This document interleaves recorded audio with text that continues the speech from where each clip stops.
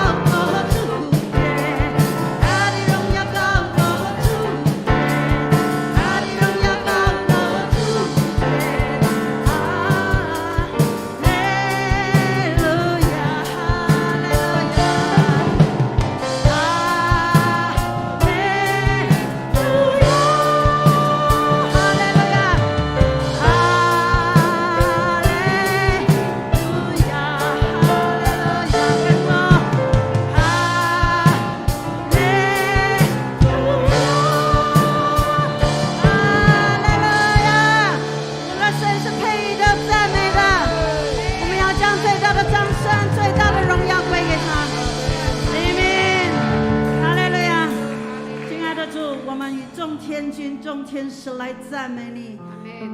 唯有你是配的，我们赞美的神。恳求圣灵在我们当中亲自来掌权，我们要更多的来渴慕你，主，因为我们知道我们需要你。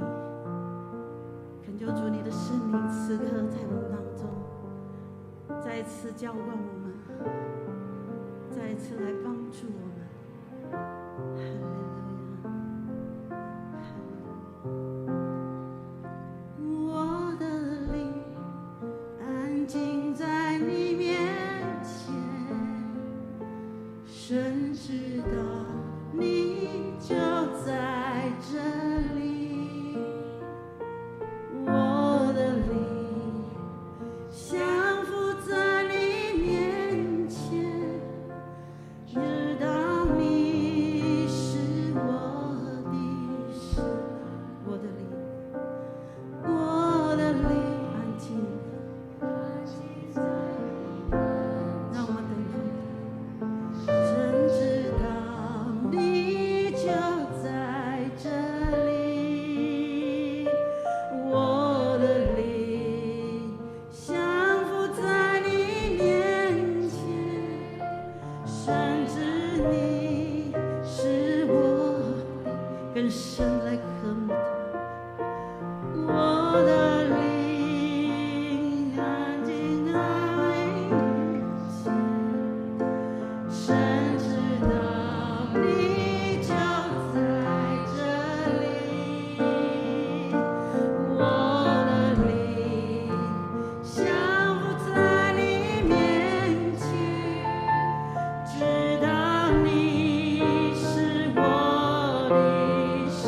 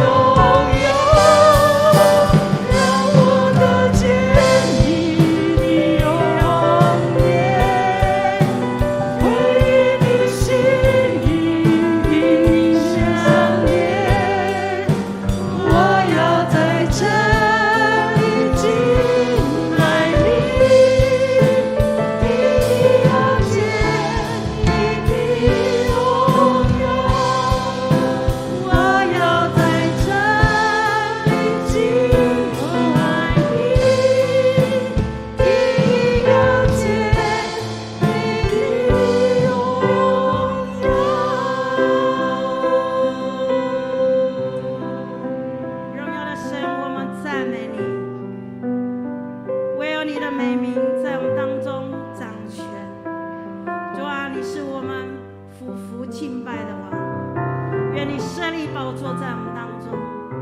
主啊，我们今天渴慕你，我们敞开我们的心来敬拜你。愿主你的馨香，你安慰的涌流在我们当中。主，我们当中有软弱的、哀伤的，主你都必然要抚平安慰。主啊，我们身中有病痛的，主，我相信主你全能的手，此刻你在医治。主，愿主你今天晚上再一次对于我们说话，圣灵在我们当中亲自来掌权。我们要将一切的荣耀颂赞归给你，我们要将一切的爱戴赞美荣耀归给你，因为你是配得我们赞美的神。我们献上满心的感谢赞美，我们一起说阿们。哈利路亚！将一切的荣耀颂赞归给我们的神，大大的掌声归给爱我们的天父。哈利路亚，哈利路亚，请坐。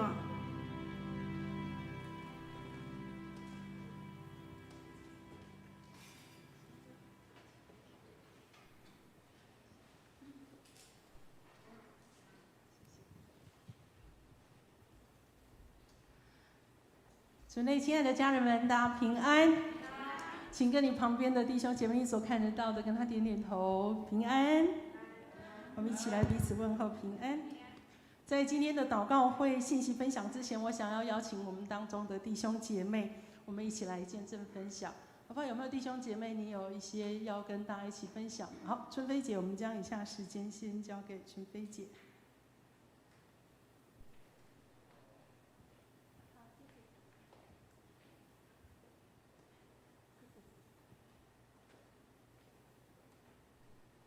牧师然后长老和执事们，还有我们的弟兄姊妹，大家平安哈。我呢，今天其实今天我是跟师母讲了我的见证嘛。那讲完以后，今天我们星期三是那个小组会嘛。那然后师母就说你一定要上去讲。其实这个是我上个星期刚好是恩牧师来带领的时候，对。那我那天呢，刚好那天就是那天刚刚发生嘛，本来想来讲的，后来想说，哎呀，算了吧，先别讲了吧。我说想一想怎么讲。然后今天呢，又遇见师母，我们小组里面我就分享了，有师母说，一定要做见证哈。这个事情讲起来很有趣，是怎么呢？是我的儿子的事情。那我儿子呢，去年吧就很奇怪。因为我儿子其实蛮乖的，我觉得他一向来都蛮乖的哈。去年就跟我烦，就是造反一样哈，气得你没办法就，然后去年我就发起火来就真的很生气，你知道吧？后来就发起火来就叫派出所来把他赶出去，你知道吧？我就直接把他赶出去，赶出去以后他就离开，他觉得说他离开了我肯定没办法的嘛哈。他说是我要靠他来工作，所以他觉得说。看你一个人，看你怎么就说公司怎么做，就说他离开。但是他离开以后，我觉得很感谢上帝，上帝就拆开来另外别人来帮助我，真的很奇妙的哈，那种很奇妙。那个人帮助我呢，他就说他说我不能一直这样帮你的，他说我不可能一直帮你，他说那你接下来怎么办？他说你下次接下来他说我要是不能帮你的时候你怎么办？那我就说我说我呢，应该是说，上帝会有带领的。他说你一听就是你上帝。他说你信吗？我说我当然信啊。我说我信了那么些年。我说当你不能帮我的时候，我说你看我儿子不能帮我，你出来帮我。你帮我的时候，你不是心甘情愿的嘛？我也没有逼你说帮我啊。他说那是了，对。我说当你要是不能帮我的时候，上帝一定又会差派人出来帮助我。他就说你既然相信就算了。可是后来真的很奇妙，疫情不是出来了吗？然后大家都隔离了哈，那个人就出不来，他在那个地方他就出不来，就不让他出来。他说你看我就没法出来，刚好那么凑巧，在那个之前一点点，我儿子就跟我联系起来，然后就说就跟我说妈，你要是有什么工作怎样他说我可以出来做了，可以帮你都是就是你只管接了。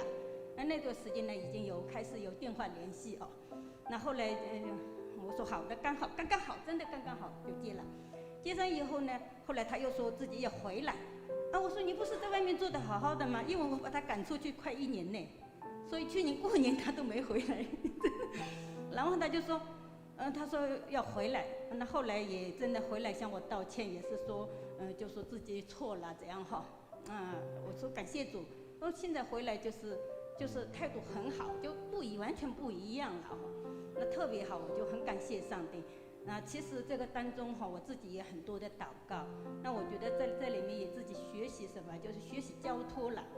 那我们在家的时候，他要是那些思想不对，我们就会念他讲他嘛，他就不让你讲嘛哈。那最近讲的是说，就上个星期嘛，上个星期，然后我们2个人去那个美容，因为他现在回来之后，任何事情就叫我为他祷告。那祷告呢，事实也都是这样，上帝就很奇妙。每一次的祷告，就是他工作的问题，祷告就是留到这里，他就说：“哎妈，真的很好。”他说：“你祷告真的是对的。”他说：“你是对的，就是说，你叫我留在这个工作真的很好。”我就跟他说：“儿子，这不是我对的，我哪知道你的工作哪个好哪个不好？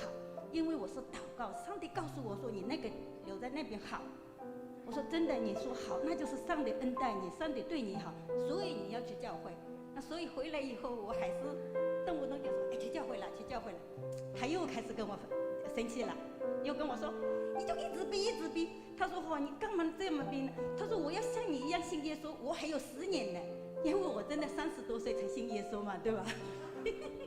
他说：“我还有10年时间可以这种。”我说：“重点是。”现在的你看疫情那样子，人不知道什么时候走，上帝也不知，我们也不知道上帝什么时候来嘛。然后有一天我们就刚好去美容，开着车2个人就送东西去美容嘛，那就聊天嘛。然后我也跟他讲，去也讲，回来也讲。回来的时候他就跟我生气了，就生气到不行。他说上帝怎样。我说上帝怎样？他说上帝无缘无故造了一棵苹果树给人家，就说让人犯罪嘛，怎样。我说那是因为这个问题不是你这样讲而已，我当初也这么想过，很多人这么想过，那是不认识上帝才会这么讲。我说当你真正认识上帝之后，你会发现这个苹果树是多好。就这样子讲，最后讲他就讲到就是让我后来真的很生气，他就越讲越离谱，你知道，让我很生气。我就说不能，我说我不跟你讲了。我说再跟你讲话，真的是魔鬼这些撒旦出来。我说不想跟你讲。我说你信不信由你。我就说我是你妈妈，所以我特别希望你信上帝，我不想你下地狱。我说我只想你将来能够上天堂。他说谁知道天堂在哪里，地狱在哪里？这样子。我说你要硬是不想去，硬要用你自己的想法去做，然后你要下地狱。我说虽然你是我儿子没错啊，可是我说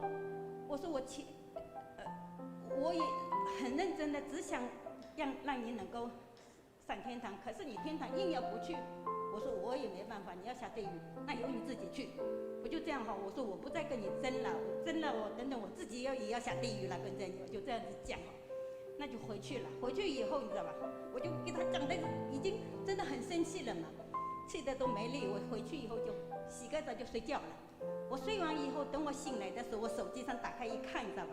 一条信息发过来，他说：“妈，他说我今天跟你吵是，其实就是跟我道歉了是说不对的了。他说讲都不对。他说他讲了一句很经典的，他说我也真知道有这样上帝有这个神。他说为什么呢？还他自己写他说为什么呢？他说因为我每一次跟你吵架，吵完架以后，我的牙齿就痛得不得了，牙齿就痛得不得了。而且他讲的很有趣的，不是说只这一次他说每一次因为其实我们之间有时候真的也会争，有时候会讲嘛对，他说我每一次跟你吵完以后我的牙齿都痛得不行。对，然后我就看了以后自己也觉得好笑，我就发了一句我说非常感谢上帝，感谢神我说那我要真的该去做见证了，就是这样子一个见证。其实说我儿子呢，我现在真的很感谢主。我就有时候想了想，其实我儿子出去虽然1年时间他自己也得到了改变，其实让我也很多改变。是为什么？就是说有时候真的闭嘴也很重要，其实曾经有谁呢？有那个长老那个什么狱中长老娘，好，杨平那个对，杨丽萍对，长老娘她有跟我讲，那时候我也是不知道怎么跟她聊起来，就说儿子怎样讲的嘛哈，他就说哎，他说儿子哈，他2个儿子嘛对吧？他说儿子哈不要讲了，他说讲没用，他说自己也是这样子嘛，他说就闭嘴就好。可是听人家说闭嘴吧，可是当时自己闭嘴的时候真的很难闭，你知道吧？你看到这样子就只想讲，不讲都受不了。对，那现在呢，我就更多的就是他离开以后，我就更多的祷告，用祷告的方式。那现在回来真的是看到他的改变非常大，也是很感谢上帝，就是这样子。好。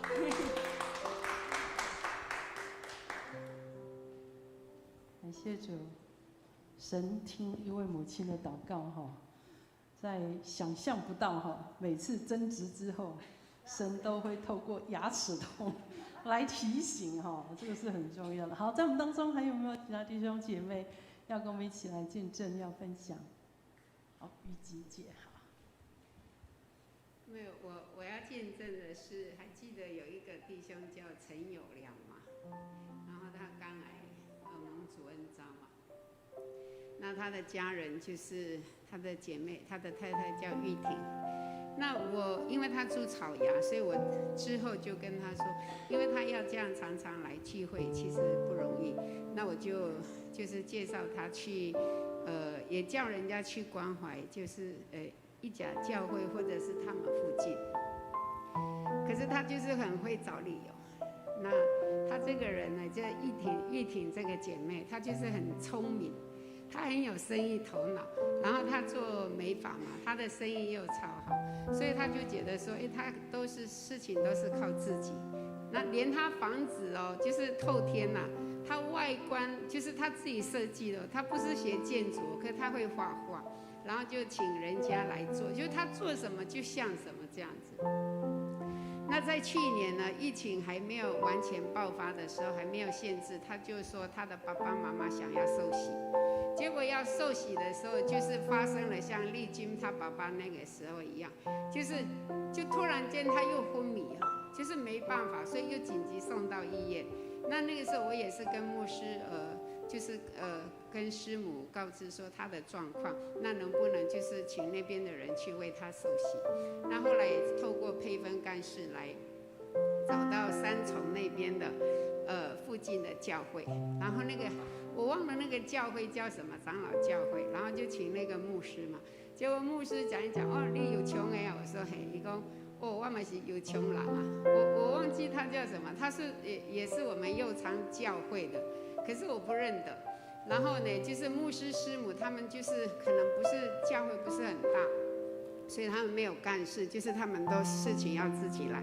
那他也跟我说他会去找他们的执事长老去关怀。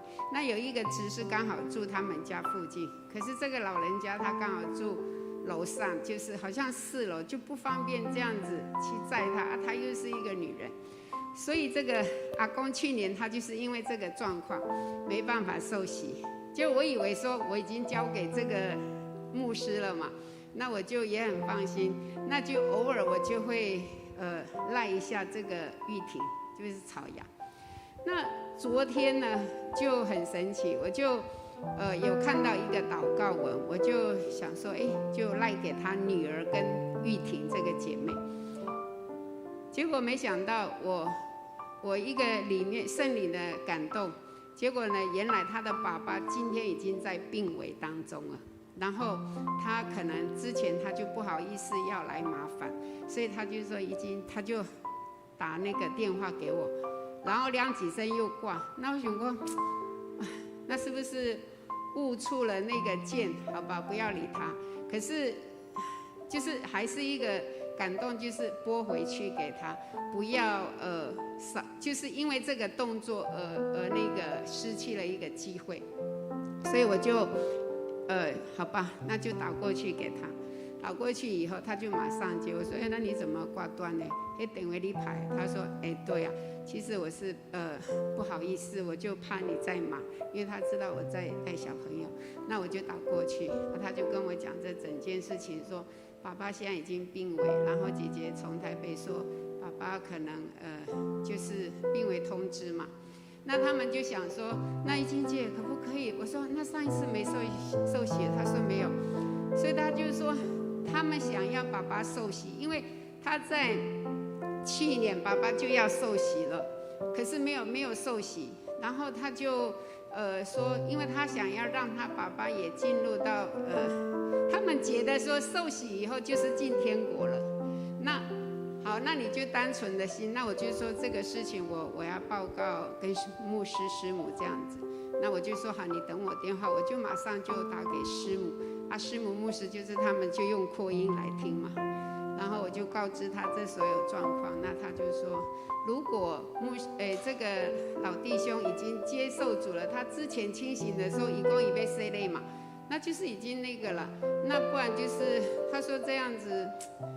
长老教会有一点为难，他说要不要在台北那边找个教会，就先给他受洗，然后他说运回来，他们要运回来的时候就直接去殡仪馆的话，那就是看看教会，我们也可以去帮忙，就是底下做告别式什么的。那我就为了这件事情哦，我看到这个家人是有很多的人，就是我们在关怀，他们知道有一位神。可是呢，那个神是他们把它当作优比，他基本上很多的我们所关怀认识的人都是自己在当神，自己在当主。那所以我们在关怀的时候，我们真的是千讲万讲，让我爱听，然后呢都当作参考而已啊。那就今天这个姐妹再一次让我就是觉得，对，有的时候我们在传福音会疲惫，我们传福音会沮丧。会失望，那可是当我们愿意，今天的那个晨祷分享是以琳，然后何牧师再做一个补充，我就觉得以琳再一次的很启动，很激励我们。他今天的分享，就今天的这个启示录，这一段时间在读启示录，就让我很深刻，就是知道说，对我们我们接受主成为我们救主以后，我们到底在做什么？还是在积极营运自己的事业？这个玛纳呢？还是说你真的很清楚知道你的使命是什么，你的任务是什么？所以我今天就求告神，我的任务是什么？结果呢，我就一直在为这件事祷告。我也很感谢神，我可以跟一个组员，我们就是1到3，我们就是每一天就是快速读那个圣经。那我想说，人的话有限，那我们不如就说神话，所以我们就读圣经，就5篇。我们现在已经进入到诗篇，所以我们就这样读，然后好就主导我就觉得那个里面就那个好像透过晨祷，然后透过这样读经祷告，然后 RPG 各组不一样的 RPG， 然后小组，我就觉得那个里面是对我们的友会枯干，可是透过这样的一个同心合一的祷告，神的话进来，那个友谊再一次被点燃。所以今天以琳她说，对啊，我们信主以后，你问一下你自己，你的任务是什么？所以我清楚知道，现在我知道我的任务就很简单。我跟主言说，我们的任务很简单，就是对，做好你现在应该尽的本分，然后去做神要你做的事。那顺服就是你不会做，你不想做，你不能做，可是你还是要去做，那个才叫顺服。对，所以感谢神，今天因为愿意这样子，就是好吧，就做一下。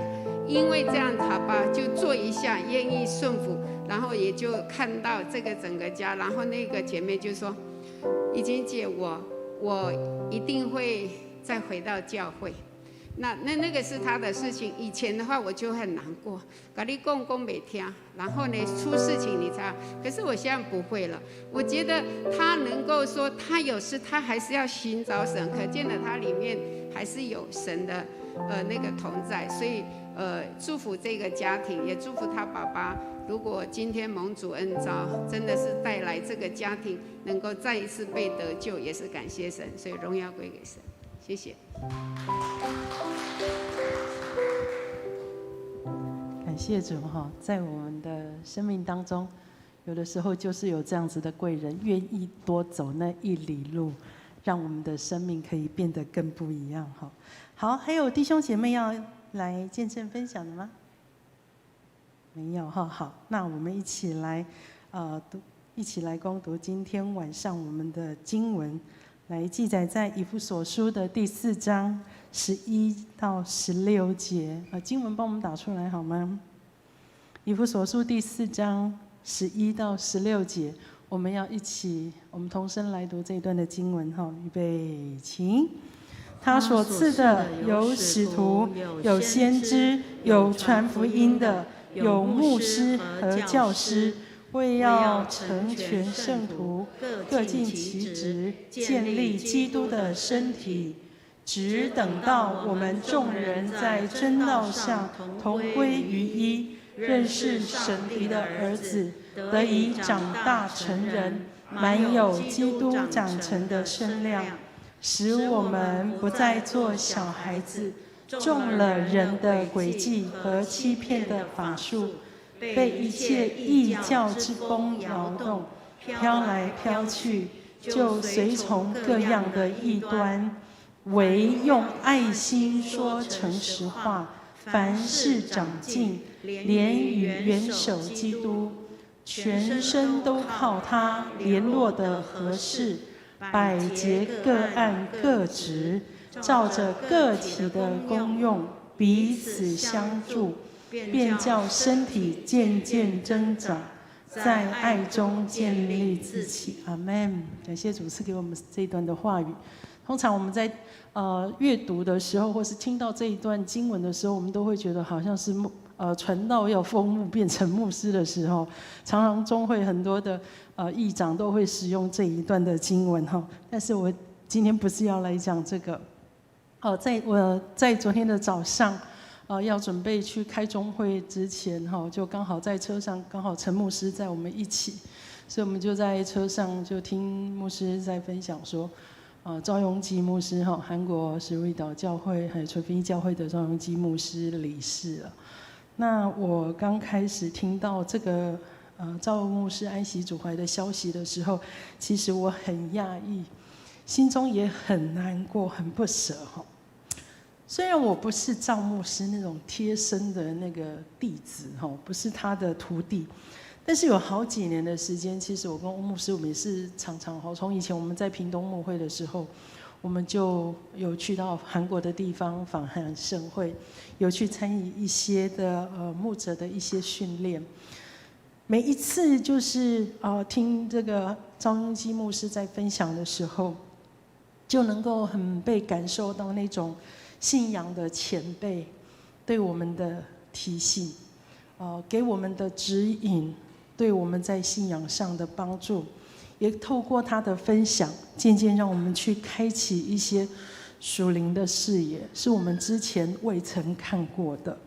所以很感谢神，就是使用这样的属灵的长辈、属灵的前辈，在我们的面前，然后也让我们能够能够很容易的去跨越我们的脚步跨越不到的地步哈。赵永基牧师他的离世，其实同时也让我想起去年安息主怀的父亲。我的父亲虽然双目失明，但是在上帝的带领跟上帝的感动驱使之下，其实一位外人眼中所看的老啊，因为我爸爸是一个外省人哈，可能也会觉得他的2个眼睛都看不到，他的人生可以说是起了了啊哈，没有什么路用哦，没路用哈。很多人看可能会觉得他没有用了，他也眼睛看不见，但是神很恩待他。神很恩待我父亲，在49年之前，我的父亲在台东神感动他做传福音的工作。那个时候他只是一个，他是民国38年从大陆来台透过香港来到台湾的一个老兵。其实照理来讲，他只要安安分分的，就是被安置在荣民之家当一个荣民，就可以好好的接受安养，他也不用特别的做什么事情。但是神把极重的一个感动放在他的里面，就是他得到了这个福音，他没有分享给别人，他的心里的火啊，就好像在焚烧他一样，好像就是哪里不对劲一样。我的父亲来到台湾之后，他首先参与聚会的教会呢，就是台东长老教会。各位知道我们长老教会的特色是什么吧？做礼拜的时候是讲台语，这对一个从大陆来台湾的一个老欧啊，一个外省人，你们觉得他听得懂吗？听不懂。那我也很好奇，爸爸，台语你听得懂吗？我爸爸就用那浓浓的外省腔说：“我也听不懂啊。”我说：“那你听不懂，你怎么做礼拜呢？”哎呦，我用心灵和诚实敬拜神啊！哇，我就非常的佩服我的老爸，听我也是可以敬拜神，听不懂也是可以敬拜神。神把那个开拓教会的意象跟蓝图，就放在一个眼睛看不见的一个老兵身上，他就从荣民之家住在荣民之家开始。每一天带着他的拐杖就摸到各队去，邻居开始摸，哎，有没有是信耶稣的？一个一个开始摸。我的父亲在那个当中，每一队全部都摸过走过了，一召集就召集了20-30位的弟兄，都是有基督信仰的弟兄，一起。他说好不好？我们跟荣家借一个地方，我们一起来读圣经，我们一起来祷告。这个就是我父亲所开拓的教会，基督教会灵光堂的前身，就是从荣家所借的一间教室开始的。后来人渐渐越来越多，因为有的时候会向旁边的一些荣民弟兄分享福音、传福音，所以本来是从一间小小的借用的一个教室，慢慢教室坐不下了，换大一点的教室，大一点的教室坐又坐不下了，最后换到最大间的那间叫做中山堂。哇！神很给我的父亲有这样子的一个恩膏，那他就开始传递异象，在所聚集的这些弟兄的身上，就开始告诉他们，我们要在荣家的外面，我们要寻找一块地，我们要买一块地，我们要来建堂，我们要盖一个礼拜堂，我们一起在荣家的外面，我们一起来敬拜上帝。因为当时荣家里面，它那个使用是有限制的，时间上的限制，常常有的时候聚会还没结束就要被赶。哎，很久了，你们这样人这么多，很吵啊！想尽各样的方式，不让他们聚会。所以那个时候，我的父亲就跟几位的弟兄在商量，在荣家以外的地方来买地，准备建堂。双眼看不见的父亲，后来在弟兄的这些奉献之下，慢慢有了一些钱，那他们果真就在这个荣家之外的地方买了一块地，然后那时候不晓得几分啊，我忘记了，蛮大块的一块地，就在那边开始买地建堂。那他画图，我说爸爸，那个时候你们怎么画那个建筑的施工图？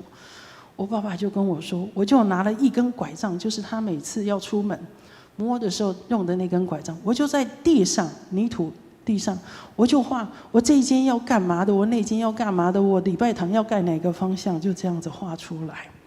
然后施工的人员就照着我爸爸在地上画的那个图，就把礼拜堂也盖起来了，把后面的宿舍也盖起来了。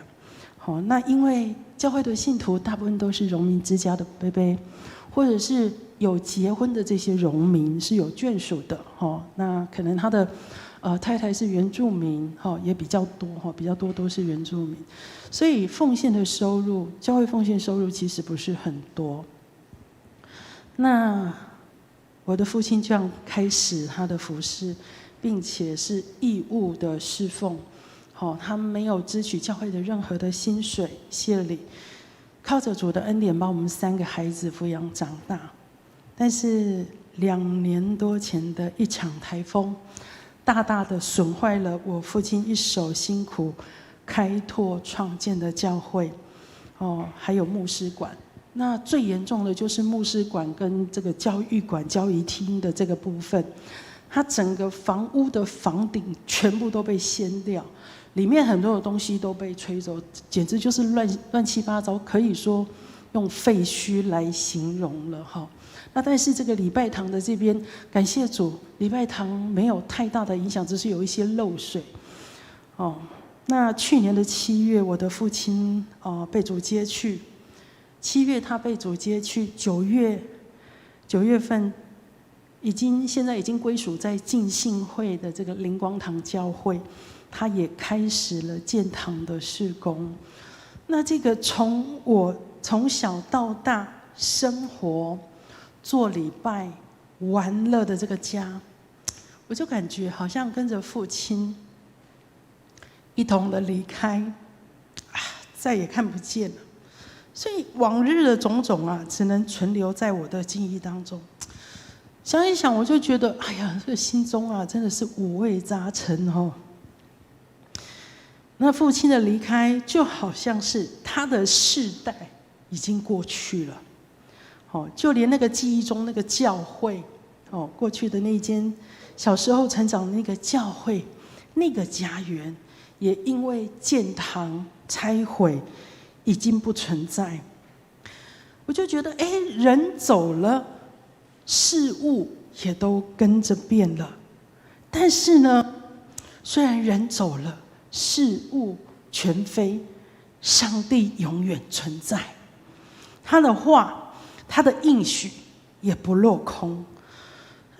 照样赵牧师他虽然已经离开了，看起来这个赵牧师的世代已经过去了，但是这一群接棒的牧师群，他们仍然继续承接上帝的使命，来为主传扬福音，来得人的灵魂。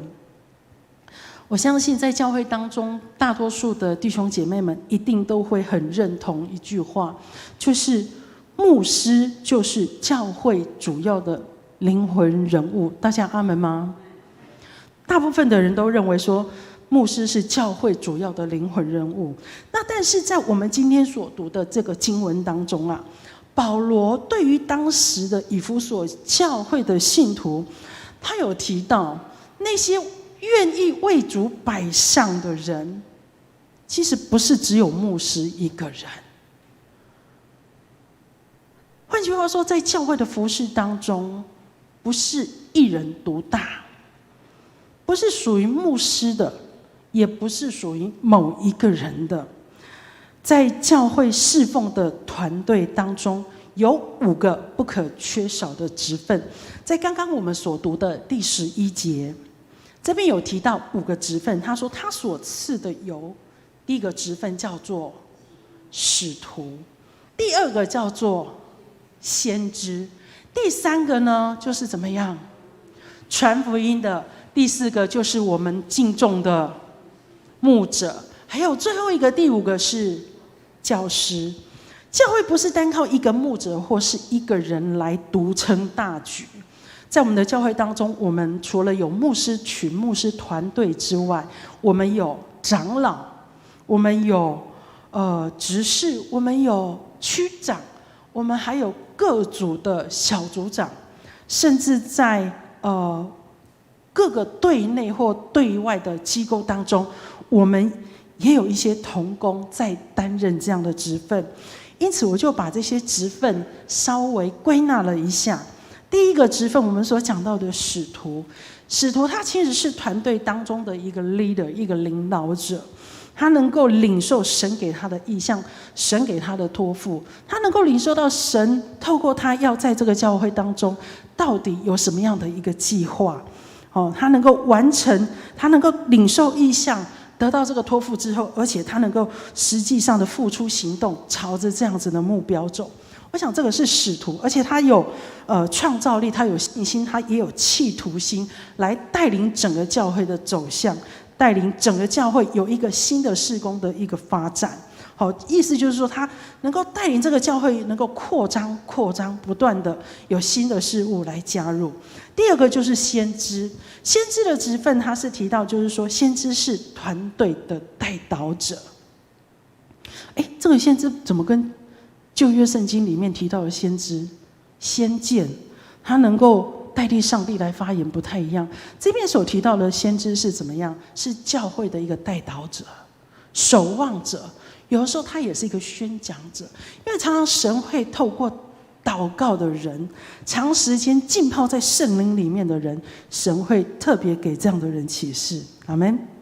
所以在我们教会当中有一个很棒的一个团体，叫做中保带导。哎呀，太好了！这些大部分都是姐妹吗？是吧？所以在我们教会当中有很多的先知，哇，他们是在那边就是委身下来祷告，委身下来守望，为着弟兄姐妹的需要，将他的时间付上代价，就是为他代求。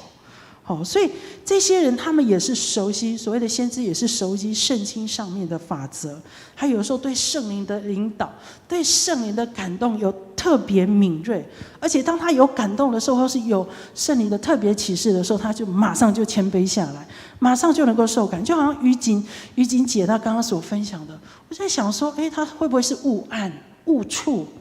还是不要管她好了。但是里面就有一个感动，怎么样？你就问一下嘛。这神常常会透过一些感动，放在一些人的身上。这些人可能是我们的代祷者，我们的先知，有的时候是我们的同工，甚至于是牧者。第三个讲到的职分就是传福音的。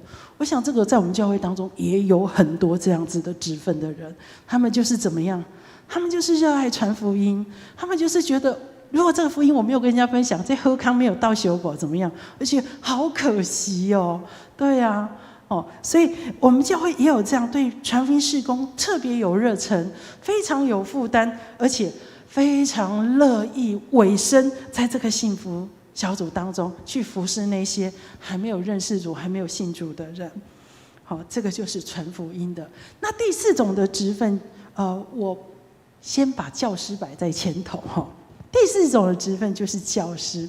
那我们教会也有这样子的职分的人。教师是什么呢？其实就是他们有教导的恩赐。那他们会运用什么？他们会运用带领人门徒训练啊，教导他们一些信仰上的啊，有的时候可能是我们在带的小组的小组长。因为他常常每个礼拜就要就是要固定的要喂养他的这些组员，所以我们的小组长这些愿意带领有教导恩赐的人，他们就是教师的职分。那最后一个我提到的就是牧者，大家都知道，牧师就是牧羊人，关心，鼓励，有时候可能要照顾、安慰、喂养我们的弟兄姐妹。让我们能够成为一个在主的爱当中一个很团契的一个充满爱的一个团队。我想这个就是在圣经当中所提到的5个职分，在教会当中很重要。在教会当中，既然有这么多的职分，那这么多所存在的这些职分是要干什么的呢？有这么多的职分的目的，其实不是在于比较。我再说一次，当我们在教会当中有这么多的职分，有使徒、有先知、传福音的，有牧师、有教师，有这些职分存在，不是因为这么多的人咱就来掐拼，我们就来比来比去，是你较高还是我较高？不是的，不是的，不是在比较什么谁比较会带歌啊，谁的歌声比较好听，谁比较会弹琴，谁比较会关心人，还是谁比较会讲道 ？No， 不是的。有这么多的职分存在，经文说什么？经文说是为要成全圣徒，而且各尽其职。换句话说，我们今天能够得到这个职分，我们是要来做什么的？尽心力的。我们好不容易从一个没有信主的人，不是基督徒，然后可能这个福音是因为我们的家人给我们的，或是我们从小到大就在基督化的家庭成长，所以我们得到这个信仰；亦或有可能我们是第一代的信徒，是同学，是朋友。我们那天听我们一个弟兄在分享，我们去探访的时候，我们这对夫妻很可爱。他说：“牧师，你知道我们是怎么信主的吗？”我说：“我也不知道，我们今天第一天来你家，我怎么会知道？心里是这样子想的，但是很可爱。妈妈跟我说，我是因为我们的女儿传福音的啊。你女儿多大？而且她现在读国小啊。亲爱的弟兄姐妹。”国小的小朋友在我们眼睛里面叫做什么？小屁孩，对不对？国小小学生可以做什么事情呀？对，但是你能想象得到吗？小朋友也可以传福音呢，而且传的对象是谁？就是他的老爸，就是他的老妈。所以我们在教会当中，我们本来是从一个什么都不知道、什么都不会的人，我们开始不断的被建造，不断的在学习，以至于我们属灵的这些能力慢慢被提升了，慢慢就好像我们在读书一样，从幼稚园小朋友、幼稚园、国中、高中慢慢长大了。当我们成为一个有能力的人，我们在这样的职分上，其实我们要做的就是要成全圣徒，然后要各尽其职。弟兄姐妹，你知道你要怎么成全圣徒吗？你知道你要怎么样来各尽其职吗？可能有的时候我们会觉得说我就当基督徒嘛，我就是聚会时间到我就来嘛，小组时间到我就出来嘛。哎呀，我也不知道我要做什么，反正我就觉得信耶稣很好，就只有这样吗？不是的，其实每一次的聚会，每一次的小组，都是在塑造我们的时候，就好像是我们去到学校在上课，在被教导、在学习的时候，我们特别要把握每一次的聚会跟小组，或是门训，这些都是帮助我们更加成长的。为要成全圣徒，各司其职。当我们越来越越成长的时候，其实我们会越来越发现到我们在教会当中，或是我们自己神给我们的恩赐，神给我们的礼物。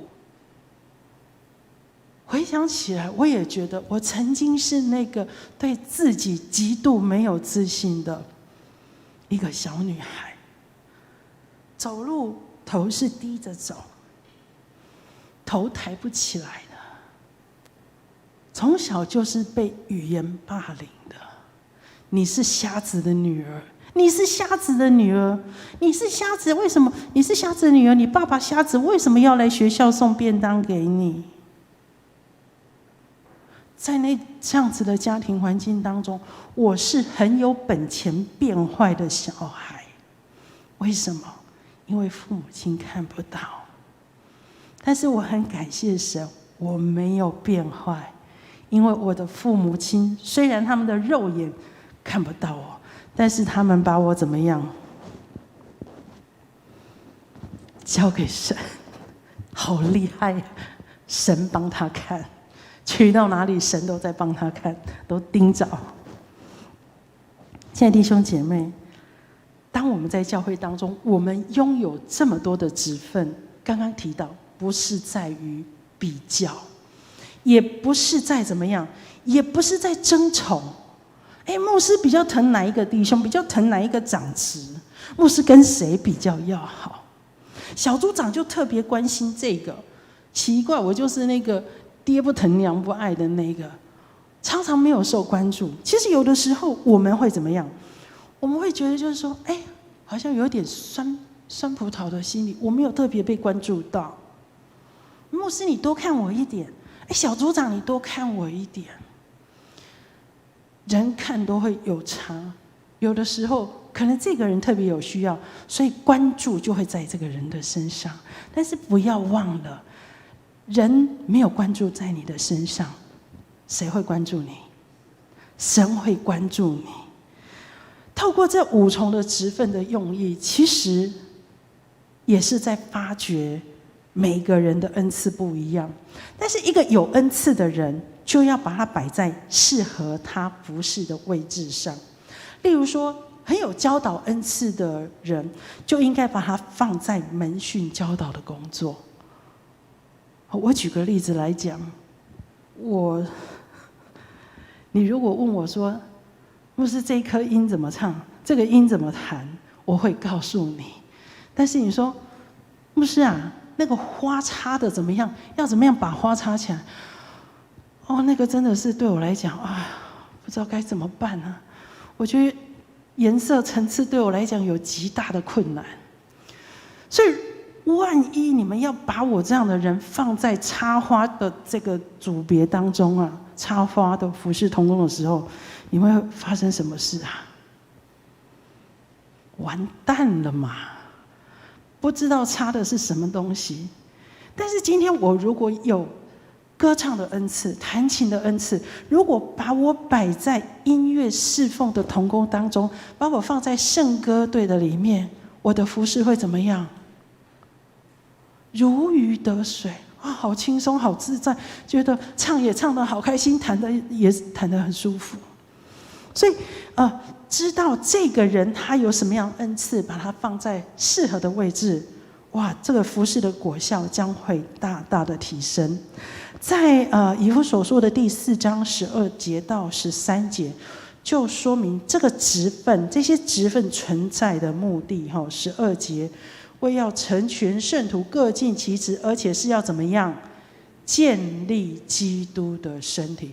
换句话说，不是只有1、2而已，还有一个3。3就是一个结果，透过成全圣徒，各尽其职，来建立一个整全的基督的身体。有时候我们可能是那个眼睛，我们可能是基督身体当中的眼睛，我们很会看，我们很会辨别。有的时候我们是什么？我们是手，怎么样？我什么都不会，但是我就是你告诉我要做什么，我就是会去做。那有些人是怎么样？有些人他可能他就是脚，要帮忙跑腿之后怎么样？没有问题，来缺什么，好，我马上跑去拿。我非常感动的是，在我们办公室当中，我非常赞赏我们的同工文师，他是非常，我觉得非常体贴的一个同工。当我有需要1的时候，他就会帮我想到还有2跟3。牧师，你需要我怎么样？我马上，我说不用，我自己来，没有关系，牧师我来就好。他机动性非常强，服事心非常火热。我们教会真的需要这样子建立基督的身体，就是你是什么，你可以做什么，你就拿出来，你就献给主，你就交给神来使用。13节，只等到我们众人在真道上同归于一，认识上帝的儿子，得以长大成人，满有基督长成的身量。这个意思是说这些服事其实是为了要帮助，不只是我们，也要透过我们去怎么样帮助教会来成长。所以接受装备，为的就是要能够齐心来承担圣工，来努力服事。所以各项事工推展，其实为的就是要建造我们的教会，要建造我们基督的身体。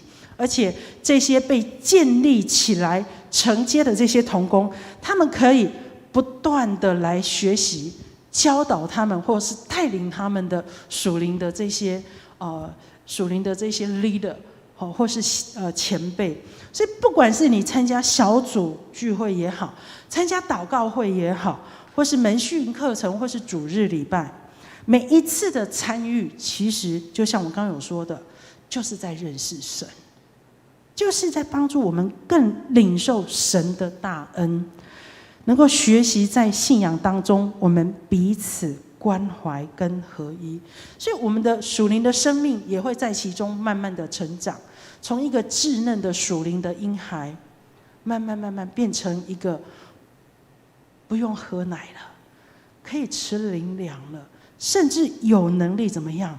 甚至有能力，因为长大成熟了，我有能力能够回馈，我能够有能力来成为教导人的人，能够彼此服侍。当我们刚认识主，刚接受洗礼，或者是我们不久前才加入教会，其实这些都是因为上帝的爱哈。上帝爱我们，给我们有机会来认识他。上帝给我们有一个恩典，这个恩典是什么样的恩典？他赐给我们一个有别于血缘关系的家。我们在自己的家庭当中，除了夫妻是没有血缘关系的，但是我们的孩子都是透过怎么样？父母亲所生下来是有血缘关系的。但是教会呢？教会是我们属灵的家。属灵的家虽然没有血缘关系，但是我们彼此相称是称什么？某某兄、某某弟兄、某某姐妹，比较长的某某叔叔、某某阿姨，这就是我们属灵的家。上帝要透过教会，让我们来享受在地如在天的生活。这是超越那种血缘关系的那种爱，这个爱就是上帝的爱。所以亲爱的家人，今天上帝的爱临到我们的身上，上帝的爱临到我们的家庭中，这是一个极美的恩典与祝福。但是也有不足的地方，这个不足的地方就是福音只到我们这里还不够，福音还要怎么样？要出去，福音还要有其他的出路出去。透过我们的小组，我们所要传福音的幸福小组，这个恩典，极美的恩典，极美的祝福，也要出去。还有很多是不认识耶稣、不信主的，这些人的灵魂也在神的计划当中，需要我们多走一里路，多一点陪伴，多一些关心。我想现在就是一个机会。属灵一代的前辈逝去，代表着有新一代的人来承接、来传承。身为基督门徒的我们领受了救恩，我们接受了装备之后，我想接下来我们要做的就是圣经12节所说的，我们要成全圣徒，而且我们要各司其职，我们要在爱中来建立基督的身体。刚刚于锦姐有分享，这段时间我们的早祷所在灵修的这个经文就是启示录。特别今天有提到很重要的两种路，两种选择。其实选择是神给人有这样的意志力。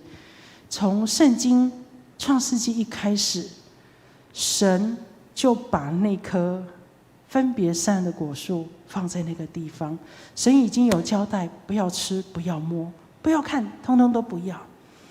你吃的时候就怎么样？必定是上帝把结果都跟亚当说了，但是神放了一个自由的意志在我们的里面。夏娃跟亚当很可惜没有做好的选择，在引诱当中就软弱了。弟兄姐妹，我们有更好的选择。我们既然已经选择要奔跑天路，要走信仰的这个道路，好不好？我们接下来的不只是选择之后我们要做什么，我们就要向前了，带着主的应许，踏步向前。即便到神再来的日子，我们知道传福音只有2个时段而已，不是早上晚上，是得时不得时。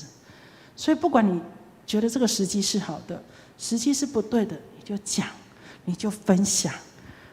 因为经文在这个启示录有提到，上帝的日子，上帝要来的日子已经临近了。末日将到，很快神就会来到我们当中。那我们是不是已经准备好？我可以坦然无惧面对上帝。主啊，你交代的我交代了，我都已经去做了。我当跑的路我跑尽了，这些真道我也守住了，我什么该做的我都做了。我们有这样的把握来跟神说 OK， 我现在回家都没有问题嘛。我想这个时候我们要一起来祷告，我们要一起在神的面前，我们要求神来给我们一个火热的心。在暗荫当中，我们就很容易就怎么样？我们就很容易归于平静，冷淡下来。还记得疫情刚来的时候，我们大家是非常的迫切在那边祷告，主啊主啊，你让这个疫情赶快止住了吧，停了吧，不要再让这个疫情持续扩大吧。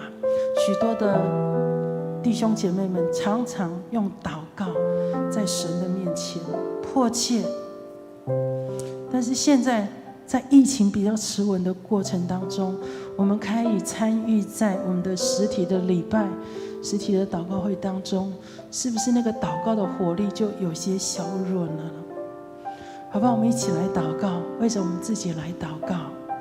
主啊，我要成为这5重执事当中的其中一位。我不只是要得到神，我在教会当中得装备而已，我更要成为得到装备之后，成为一个长大成熟的人。我要能够成为一个能成全圣徒，来各司其职。即便是做脚，我也乐意跟主快跑；即便成为主的手，我也努力做主的工。我们一起来祷告，一起来祷告。哦，哈利路亚，哈利路亚！哦，神啊，是的，主，我们必须承认我们是软弱的。主，我们常常容易在安逸的过程当中，主啊，我们就失去了那个热忱，主，我们就失去了那个火热。主啊，我们求你来帮助我们。主，在这末后的时代，主啊，我们要更多的在神的面前，主啊，被神你来兴起，主啊，你来帮助我们。在教会当中，我们看到你设立了这5重的职分，主啊，你让我们的众弟兄姐妹每个人都有这其中的1个职分或2个职分。主啊，我们得到这个职分，不是觉得我很厉害，我很行了，所以我的信仰到这里就可以了。就不是的，主啊，乃是我们要在其中，我们要让整个真道要同归于我们的教会，每一位弟兄姐妹，我们的眼神要注目向你。主啊，让我们能够成为一个长大成人、满有基督长成身量的教会的弟兄姐妹。主啊，是属灵的兵，是属灵的军兵。主啊，我们不再做那个小孩子，我们也不要中了撒旦的诡计。主啊，你让我们在神你的里面能够合一，在爱中建立基督的身体。哦，主啊，求你亲自来怜悯我们，恩待我们，也带领我们。当我们在软弱的当中，神啊，你继续圣灵用说不出来的叹息来为我们祷告。主啊，来为我们代求。主啊，让我们将下垂的手举起来，发散的腿挺起来。主啊，谢谢你，谢谢你，让我们更多的祷告当中能真实遇见你。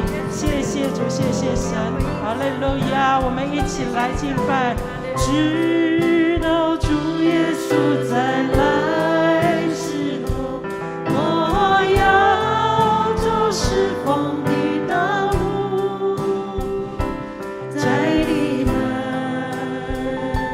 在你路，得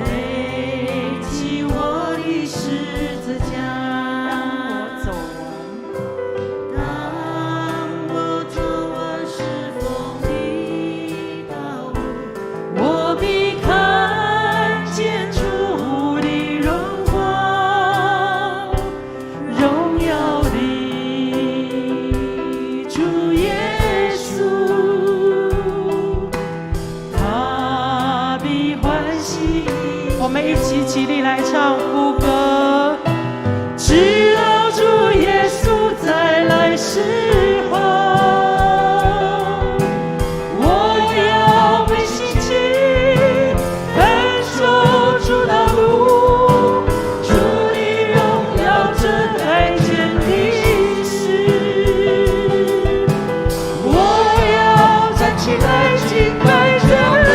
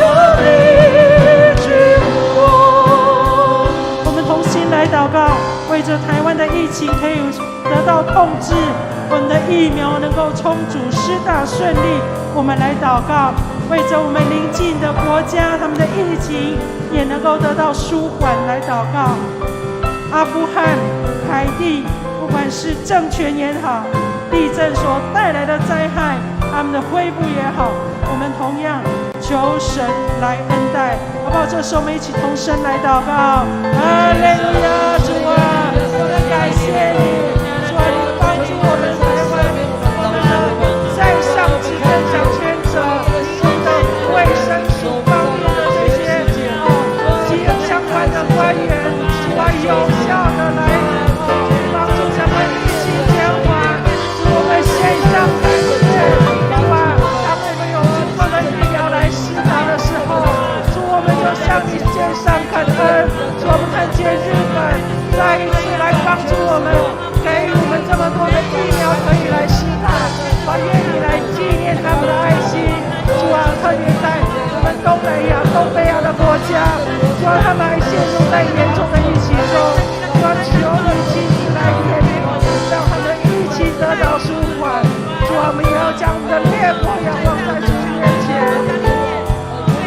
是阿富汗的国家，他们的政权，主要这些塔利班人士，神啊，你除去他们内心的暴力，那个以暴制暴，用武器来攻击人，主啊，你来扭转他们的心啊，主啊，将你的爱来浇灌在他们的身上啊，主啊，给他们更多的爱。我们为着当时的基督徒，这些基督徒的平安，来在神的面前来恳求，主啊，你来恩待你的百姓，主你恩待属神的儿女，我们也恭敬的要将海地仰望在神面前，因为地震所带来的重大的灾害，神你来怜悯，特别他们在重建的路上，主要是非常辛苦的。愿你给他们的这些政府的相关人员有从主而来的智慧，从主而来的能力，主啊，帮助他们能够快快的恢复，快快的重建。哈利路亚！谢谢主，谢谢神。直到主耶稣再来时候，我要跟心经奔走主道路，主的荣耀正在前历史，我要站起来敬拜真理，我心所渴慕的主啊，你是全地的救主，我心所渴慕的主啊，你是荣耀的君王。继续来祷告，为着教会当中身体有欠安的弟兄姐妹，我们同心来祷告。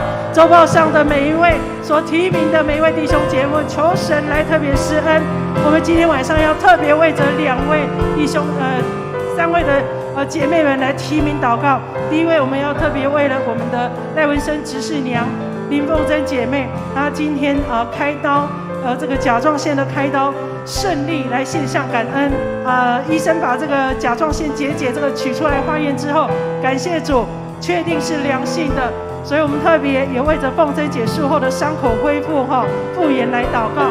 第2位，我们要为着维林姐妹，她日前被人家从后面就是机车撞机车撞出去飞出去，然后整个人就在地上整个雷残，所以她整个颜面手背腿部膝盖多处的地方深浅不一的伤口，特别膝盖很深，还有脸部的擦伤。所以我们求神来怜悯，每一次的换药都非常的痛苦，非常的疼痛。我们求神特别恩待，让维林姐的伤口能够快快的愈合让她那个脏的东西赶快出来。然后每一次的换药，求神格外怜悯施恩，能够来减轻她的疼痛。第3个，我们要为着我们的潘牧师娘荣惠师母来祷告。今天早上她又动了一次的手术腿部又动了一次的手术。那这次是因为她这个左脚细菌感染，所以在做清创的手术。我们一样要为着我们的师母来求医治求主来医治她。特别她身上的这个免疫力需要透过饮食来提升，所以有好的免疫力才有办法去抵抗这些细菌我们求神来恩待，也让荣惠师母身上这些不好的坏的细胞，这些引流的这些汁液能够很快很迅速的排出来，为师母能够身体早日康复。我们来祷告，为着我们刚刚所提到在周报当中身体有软弱弟兄姐妹来祷告。最后我们也要为着我们陈牧师陈师母来祷告。明天陈牧师跟陈师母要到新楼医院要做健检牧师要做大肠镜的健检所以我们也特别为牧师来祷告，陈牧师来祷告，好不好？举起我们手，大喊3声主啊！我们一起同声来祷告，主啊，主啊，主啊！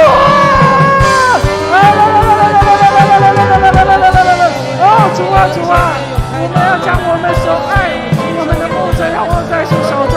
特别明天我们的陈牧师陈师母要去到新楼医院做身体健康检查。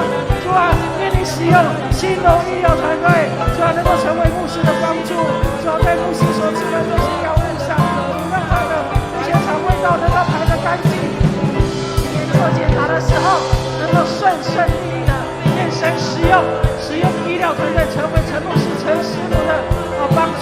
主啊，我们也同心的将我们所爱的我们的同工荣惠师母仰望在神面前。主啊，在这一个月他已经连续动2个刀了，神啊，你来恩待。主啊，你让他的腿部这些受到细菌感染的地方，奉主的名，不属于他的统统都离开，统统都离开。主，你斩断那些对他生命威胁、疾病的威胁。主啊，让他在你里面重新能够得到神你所赐给健康。主啊，我们求你来亲自恩待，也恭敬的将我们荣惠师母他的免疫力交托在主手中。主啊，你既然能够稳定他的血糖，主啊，照样这个对你来讲不是难成的事。神啊，你使用师母所吃所喝的一切，主啊，让他的身体能够得到充分的营养。主啊，让他的免疫力整个被提升。主啊，让他有足够的体力来抵抗所有细菌及感染。主啊，让他不属于他身体上面的坏的细胞、不好的引流，统统快排出，统统离开他。主啊，让他今天所做的这些清创的手术不止顺利之外，他的伤口的愈合也能够愈合得很好。主啊，我们求你来怜悯，求你来医治。我们也恭敬的将我们的维灵姐妹仰望在主手中。主啊，她车祸所造成身体多处轻重不等的挫伤擦伤，神啊，每一次的换药对她来讲都是极大的煎熬。主啊，我就求你格外的怜悯，格外的施恩。主，你减轻她的疼痛，在她的患处，主啊，你用你的手抚摸医治。主啊，我们也将我们的凤贞姐仰望在主面前。主啊，我们感谢你的恩典，今天他所开的甲状腺的手术一切都顺利。主啊，谢谢你，谢谢你。我们也看见他所做的这个化验的结果是良性的。主啊，你真的是安了我们的心。主，我们感谢你的恩典。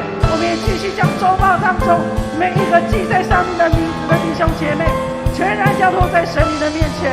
神啊，你来全然的怜悯，全然的医治。谢谢主，谢谢神，垂听我们的祷告。哈利路亚，哈利路亚。主啊，我们相信在你没有难成的事。哦，主啊，主是守着不离主啊，你是至于的救主，我是守着不离主啊，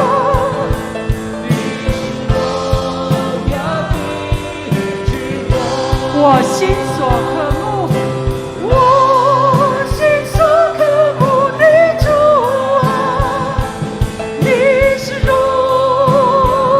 耀的主，我心所渴慕的主啊，你是荣耀的君王。为着我们自己的教会，我们来祝福，来代求。特别在疫情导致我们的聚会的人数可能会有一些减少，但是我们要为着我们教会的成长目标不管是聚会也好，奉献也好，我们仍然仰望在神面前。神亲自来激励我们的心，神亲自让我们的心重新火热起来。我们也为着我们教会、我们社区的事工来同心来祷告，不管是生命教育得胜者或是我们的长者的事工、真爱营的事工或是我们即将开跑的幸福小组，或者是我们的门训，我们特别要祷告，求神给我们智慧，也给我们有极大的负担。神亲自点火点在我们的里面让我们所接触到的人，可能是菜市场跟你买菜的那个摊贩，你都可以传福音给他。不要忘记，连小小的小朋友、国小的小孩都可以传福音给他们的父母。所以对我们来讲，我们一定都可以传福音。阿们。好，我们同心来祷告，我们同心来祷告也为着我们9月26号成人牧区踏底山的半日游我们天气还有整个事工的筹备报名，我们都求神来亲自恩待所邀请的 best 他们可以愿意来投入。我们继续来祷告，继续为我们教会来守望。哈利路亚，主啊，我们将我们的教会摆在神你的手中。谢谢你，主啊，你用我们属灵的前辈在右昌的地区，主啊，建立了右昌教会。主要让更多的人来认识你。主啊，感谢你，让我们的教会成为一个传福音的教会。主啊，我们不是要追求那些数字进来教会的人，主不是的，我们乃是要让他们同得福音的好处。主啊，我们要让他们的生命不是走向灭亡，而是要进入到神你的永恒当中。主啊，让他们的生命是有盼望的，主啊，他们生命是未来是能够有神你的恩待、你的祝福的。主啊，我们求你亲自来保守带领，特别在我们社区的工作上，主，我们要求你亲自施恩，在这疫情稳定的同时，渐渐的社区事工也开始在开展。主啊，你就使用我们的社区事工，不论是长者的、孩童的，主啊，都求你亲自恩待，也将我们的幼儿园仰望在神面前。主啊，整个教育的事工、灵性都需要你来恩待，给我们相关的这些主事的同工，主啊，有从你来的智慧、能力，主啊，帮助我们时常用祷告将这些事工来托住。哈利路亚！主，我们也将我们教会所要开跑的幸福小组或是门训的课程仰望在主手中。主啊，你使用各个开启的幸福小组、小组长。主啊，组长、同工群全部交托在神你的手中。主啊，愿他们所做的工满有果效，他们所传福音的对象，主啊，他们的心都柔软，被神来感动。主啊，我们要将我们的教会今年度的成长目标继续仰望在神面前，你来带领我们，无论是我们的聚会的人数，无论是我们的奉献，主啊，我们各方面都要有所突破，有所成长。主啊，把我们的那些里面的那些对神的冷感统统除去。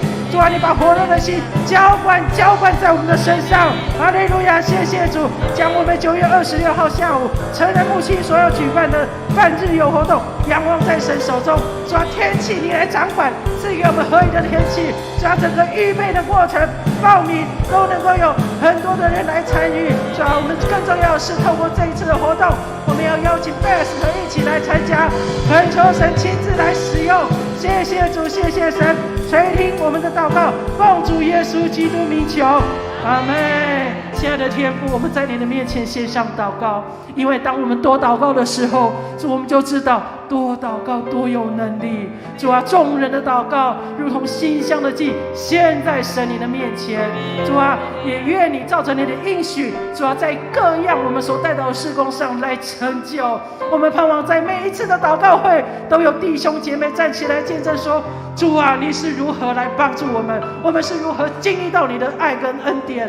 主，感谢你，赞美你。当我们要散会的时候，愿主耶稣基督的恩惠、天父上帝的慈爱以及圣灵的帮助，常常的与我们每一位弟兄姐妹们同在，从今时直到永永远远。阿们。拍手，我们将荣耀归给神。哈利路亚！谢谢主，谢谢神。哈利路亚！主祝福大家，谢谢主。